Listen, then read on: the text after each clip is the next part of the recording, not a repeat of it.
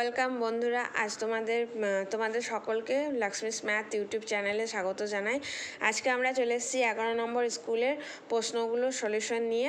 ঠিক আছে, তাই সেখানে আমরা প্রথমেই দেখছি, দেখো একের দাগের কয় দিয়েছে, দেখো 1 0 7 5 8 দিয়ে গঠিত 5 অঙ্কের বৃহত্তম সংখ্যাটি লেখো। তাহলে এখানে হবে 8 7 5 1 0। ঠিক আছে, নেক্সট ঘ দিয়েছে ভাজ্য সমান ভাজ্য গুণিত ভাগফলযুক্ত ভাগশেষ। এগুলো বারবারই তোমাদের মুখস্থ করানো আছে ফর্মুলার মধ্যে, তোমরা অঙ্কগুলো দেখো। তারপরে নেক্সটে গয়ের দাগে দিয়েছে, দেখো 5283 এই সংখ্যাটিতে 2-এর স্থানীয় মান কত। যেহেতু 5283 একক দশক শতকের ঘরে, তাহলে 2-এর পিঠে দুটো শূন্য। ঠিক আছে, নেক্সট ঘ দিয়েছে, দেখো 376 মাস সমান কত বছর কত মাস। 376 মাসকে তাহলে 1 বছর সমান 12 মাস। এই অঙ্কগুলো প্রত্যেকটা স্কুলেই বারবার এসছে। তাহলে তোমরা যদি প্রত্যেকটা প্রথম থেকে স্কুলগুলোকে প্র্যাকটিস করে থাকো, তোমাদের আর অসুবিধা হওয়ার কোনো কথাই নয়। যদি কোনো অসুবিধা হয় বা কিছু অসুবিধা হয়, তোমরা কমেন্ট করে জানাতে পারো আমাকে। ঠিক আছে, আরও যদি কিছু জানতে হয় সেটাও তোমরা কমেন্ট করে জানাতে পারো। তাহলে আমরা এটা 12 দিয়ে ভাগ করে পেয়েছি। দেখো 31 বছর 4 মাস, তাহলে 376 মাস সমান 31 বছর 4 মাস। তোমরা এটা দেখে নিও, প্রয়োজন হলে ভিডিওটাকে পজ করে দেখবে। তাহলে তোমরা একবার সলিউশনটা দেখলেই বুঝবে। প্রথমে নিজেরা চেষ্টা করবে, তারপরে আমার সলিউশনটাকে দেখবে। তাহলে কী হবে, তোমরা জিনিসটাকে শিখতে পারবে। যত অঙ্ক যত প্র্যাকটিস করবে, তত তোমরা বুঝতে পারবে এবং ভালো করে আরও পরবর্তীকালে শিখতে পারবে। ঠিক আছে, নেক্সট উমন দাগে দিয়েছে, দেখো 32,140 সংখ্যাটিতে 2-এর স্থানীয় মান কত।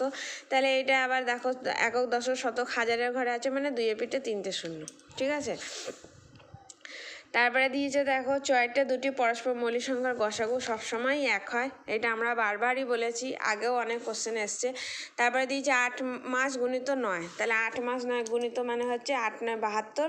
72 মাস, 72 মাসকে বছরে কত বছর বলে শূন্যস্থানে দেখো দিয়েছে তোমাদের কত বছর বলে। এটা কিন্তু 72 লিখেই ছেড়ে দেবে না, বছর বলেছে মানে 12 দিয়ে আবার ভাগ করবো। তাহলে 12 6 72, 6 বছর। তাহলে 8 মাস গুণিত 9 সমান 6 বছর উত্তর হবে। এই 72 মাস লিখে দিয়ে চলে আসবে না, এটা লিখলেই তোমাদের অঙ্কটা ভুল হয়ে যাবে। ঠিক আছে, 2-এর দাগের ক দিয়েছে, দেখো দুটি সংখ্যার গসাগু সমান 7 এবং লসাগু 42। একটি সংখ্যা 14 হলে অপরটি কত।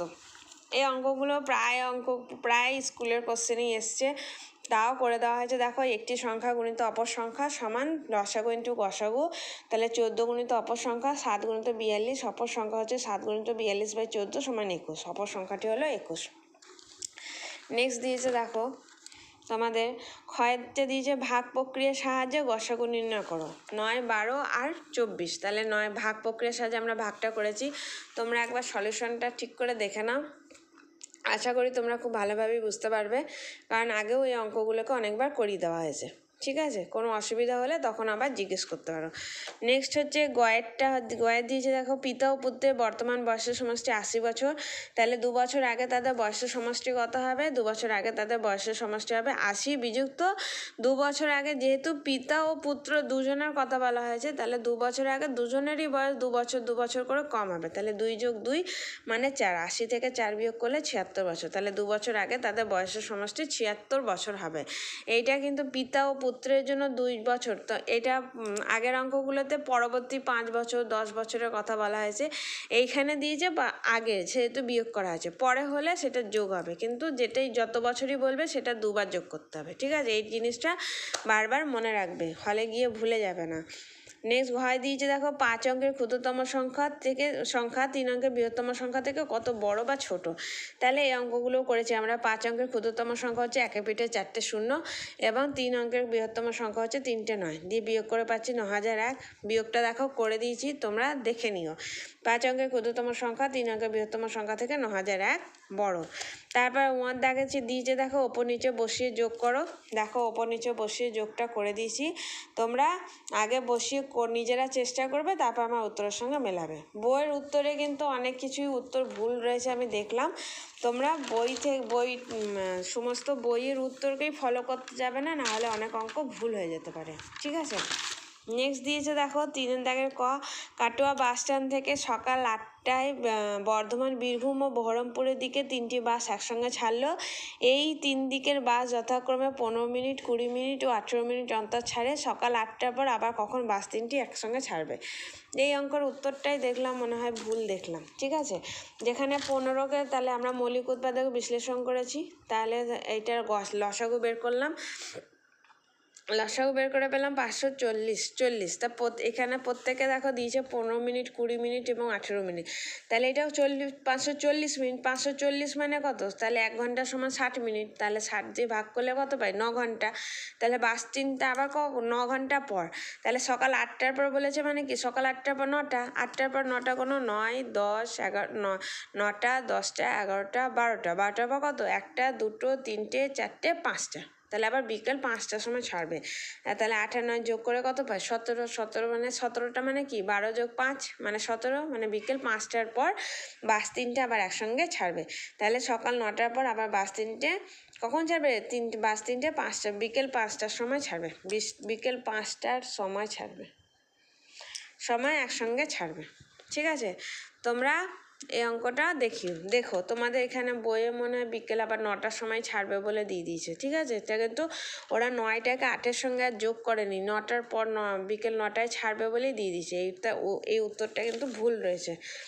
নেক্সট খ দিয়েছে দেখো 45 লিটার ডিজেল ও 30 লিটার পেট্রোল সমান মাপের টিনে এমনভাবে ভর্তি করে রাখতে হবে যাতে 2 প্রকার তেল মিশে না যায়। প্রতি টিনে কত লিটার তেল ধরবে? কমপক্ষে কতগুলি টিনে তা করা যাবে?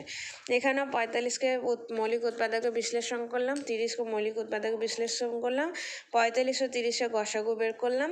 দেখো এই অঙ্কগুলো বারে বারে করে দেওয়া হচ্ছে বলে আমি অত ডিটেলসে যাচ্ছি না, কারণ টাইমটা একটু বেশি হয়ে যাচ্ছে বলে। তোমরা দেখে নেবে, তোমরা আগের অঙ্কগুলোকে দেখলে, তোমরা আগের স্কুলের অঙ্কগুলো যে আগের ভিডিওগুলো দেখবে খুব সুন্দরভাবে বুঝিয়ে দেওয়া রয়েছে। এগুলো বারবার রিপিট হচ্ছে কোশ্চেনগুলো বলে আমি আর করছি না। এগুলো ভেরি ভেরি ইম্পর্টেন্ট অঙ্ক।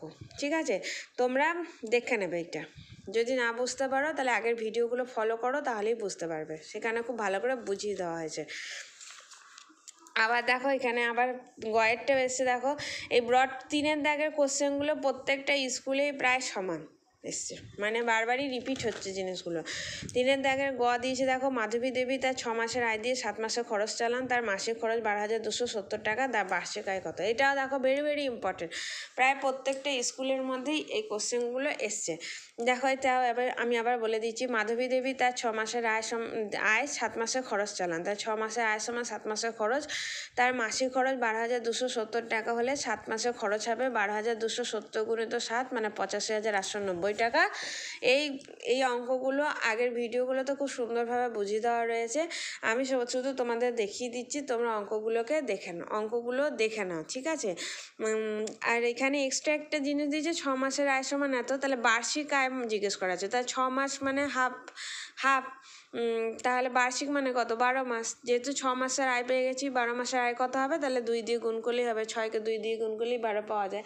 তাহলে 2 দিয়ে গুণ করে পাচ্ছি, এই টাকাটা পাচ্ছি। ঠিক আছে, তাহলে 1,71,780 টাকা। তাহলে তার মাসিক আয় কত হচ্ছে? 1,71,780 টাকা তার বার্ষিক আয় হয়েছে। নেক্সট ঘয়ের দাগে দিয়েছে দেখো, এক দোকানদার 375 টাকা দামে 75টি শাড়ি কিনলেন, প্রতি শাড়ি 425 টাকায় বিক্রি করলেন। তিনি মোট কত টাকায় 75টি শাড়ি কিনলেন এবং বিক্রি করে কত টাকা পেলেন? বিক্রি করে মোট কত টাকা বেশি পেলেন? এখানে এই অঙ্কগুলো দেখবে প্রায় স্কুলগুলোতেই সেম। তাহলে এখানে দিয়েছে 75টি শাড়ি কিনলেন 375 টাকা করে, তাহলে তার শাড়ি কিনতে মোট খরচ কত হলো? 375 গুণিত 75 টাকা সমান 28,125 টাকা। ঠিক আছে, তোমরা এটা গুণটা নিজেরা করবে, আমি করে দিইনি। এবং প্রতি শাড়ি 425 টাকা বিক্রয় করলে তিনি শাড়ি বিক্রয় করে মোট টাকা পাবেন 425 গুণিত 75 সমান 31,875 টাকা। তাহলে বিক্রি করে কত টাকা এক্সট্রা পেলেন? 31,875 75 বিয়োগ 28,125 টাকা সমান 3,750 টাকা তিনি বিক্রি করলেন। তাহলে 75টা শাড়ি বিক্রি করে তিনি কত টাকা এক্সট্রা পেলেন? 3,750 টাকা। তাহলে উত্তরটা লিখবে তিনি মোট 28,125 টাকা 25 টাকায় 75টি শাড়ি কিনলেন এবং বিক্রি করলেন 31,875 টাকায়।